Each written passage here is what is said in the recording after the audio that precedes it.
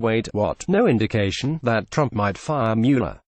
Let me offer 4 pieces of evidence that counter that statement. 1. According to the New York Times, Trump ordered Mueller fired in June 2017, only to be talked out of it by White House counsel Don McGahn.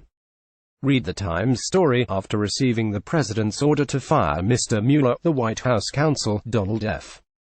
McGahn, too, refused to ask the Justice Department to dismiss the special counsel, saying he would quit instead, the People said. Worth noting, Trump denied the reports, calling it fake news. 2. In early December 2017, Trump again concluded it was time to get rid of Mueller. Again, the Times. In early December, President Trump, furious over news reports about a new round of subpoenas from the office of the special counsel, Robert S. Mueller III, told advisers in no uncertain terms that Mr. Mueller's investigation had to be shut down. 3. Earlier this month, in front of TV cameras, Trump responded to a question from a reporter about whether he would fire Mueller with this: "Why don't I just fire Mueller? Well, I think it's a disgrace what's going on. We'll see what happens. Many people have said you should fire him." Again, they found nothing. And in finding nothing, that's a big statement. 4.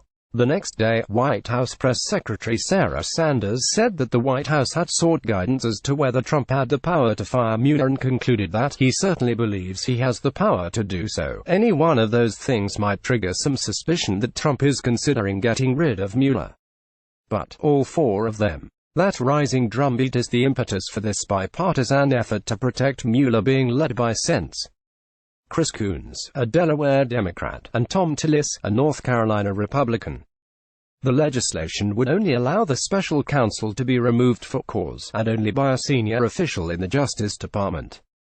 Given all of that, what McConnell should have said, and what he did say at another point in the interview, is that he thinks it is pointless to bring any sort of legislation that ties the president's hand vis-a-vis the special counsel to the floor, because, even if it did pass the Senate, Trump would assuredly veto it. And just as a practical matter, even if we passed it, why would he sign it? McConnell asked rhetorically on Tuesday.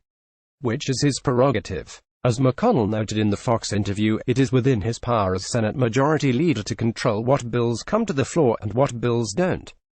If McConnell doesn't want the special counsel bill to get a full Senate vote, it almost certainly won't get one. That's a matter for the Senate. And one worth debate. What is beyond that sort of debate is the idea that there is no indication that Trump might fire Mueller. That contention is just plain wrong.